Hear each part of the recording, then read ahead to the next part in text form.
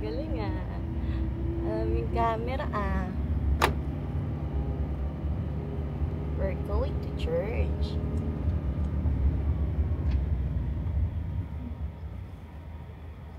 Christian World. Dex and Laika.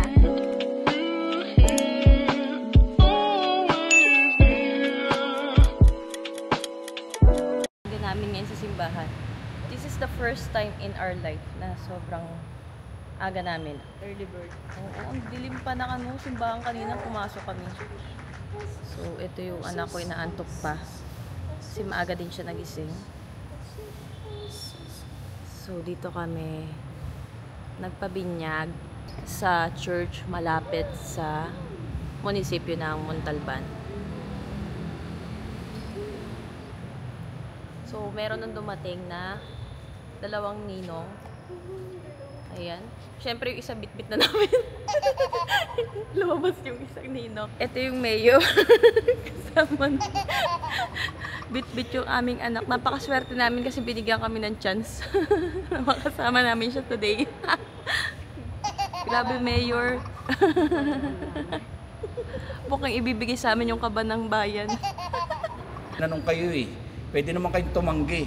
Pero kadalasan, traditionally, pag kinuha ka ninong, hindi ka dapat tumatanggi. Kasi nga sabi ko, pinagkatiwalaan ka.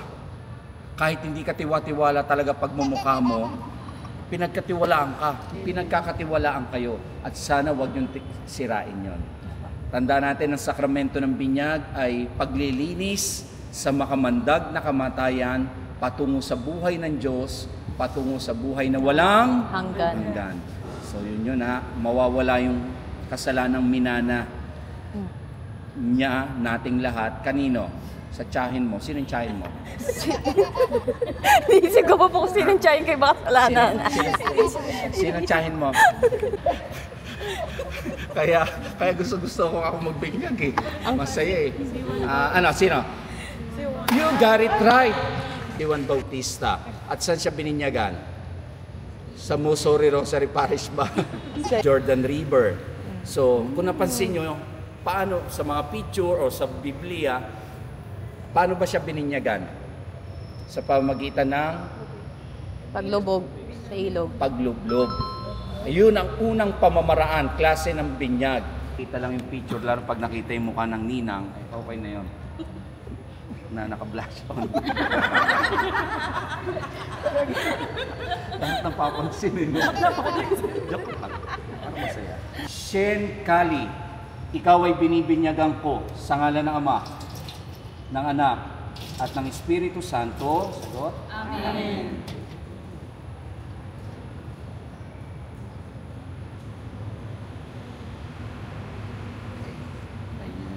Huwag na kayong umalis. Yan na lang kayo. Ngayon, naganap na ng Diyos Ama ng Panginoong Jesucristo ang muling pagsilang sa tubig at Espiritu Santo.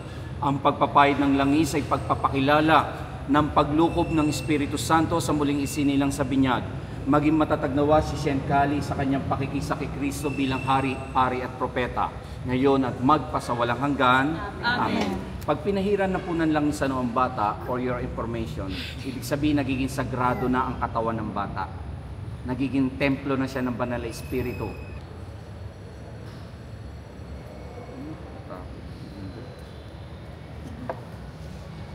Pakilagay yung sombrero niya na kanina na nasa bulsa mo. Parang ginawang bimp. Huwag mong tatanggalin yan hanggat hindi siya nakakapagtapos ng pag-aaral sa kolehiyo. Ingatan, huwag mamatay ang kandila. Pag namatay ang kandila, mamalasin ang isang linggo sa pag-ibig. Landas ng kadiliman ng batang ito, meron siya magiging pananglaw sa pamagitan ng kandilang hawak-hawak ng mga magulang at ninong at ninang. Amen? Naging anak tayong lahat sa kaliwanagan kay Kristo. Dumulog tayo ngayon sa ating Ama sa pamamagitan ng panalangin itinuro niya. Dasalin natin ng malakas, magulang, ninong at ninang. Ama namin, sumasalangit ka, sambahin ang ngalan mo, mapasa amin ang kaharian mo, sundin ang loob mo dito sa lupa para ng sa langit. Bigyan niyo po kami ngayon ng aming kakanin sa araw-araw. Patawarin mo kami sa aming mga sala.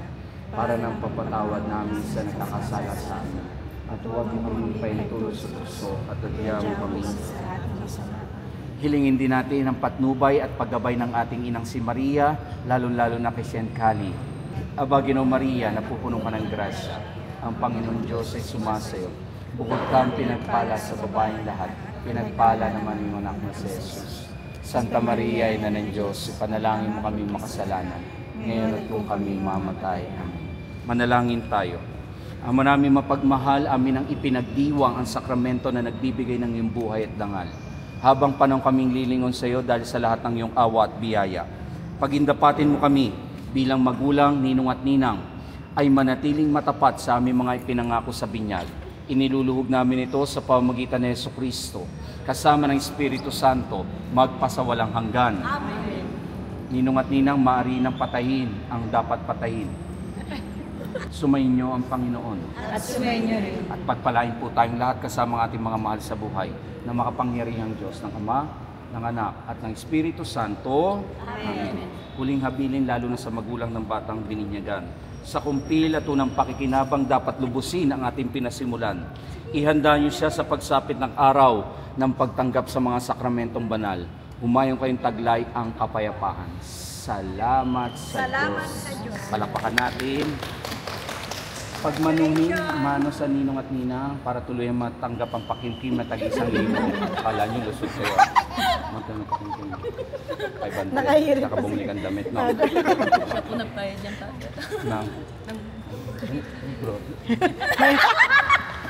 Father. Taray. 3.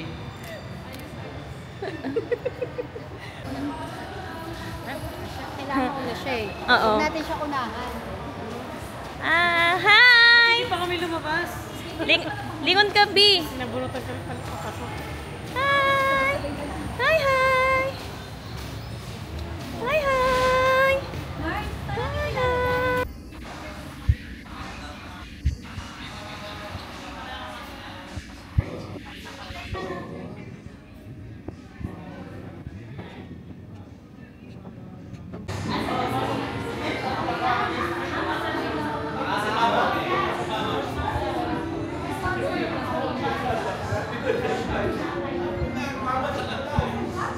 Tito Jeff.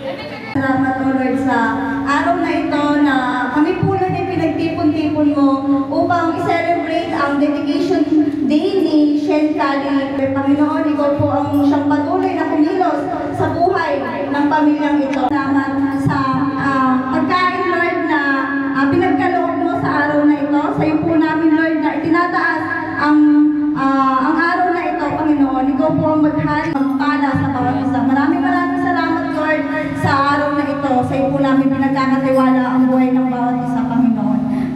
Sa iyo po ang papulit pasasalamat, Panginoon. Walang hanggang pasasalamat, Lord. In Jesus' name, Amen.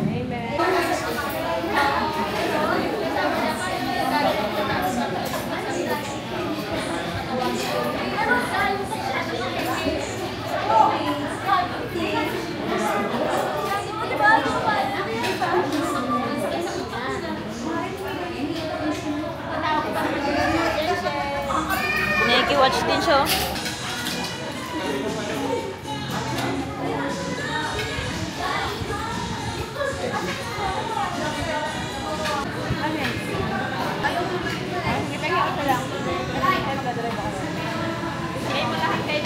So, tikman natin.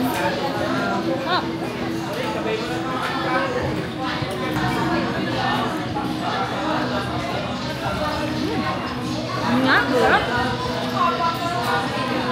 Hindi ako makain ng ganito kasi hindi siya parang portable na pagkain, pero sarap.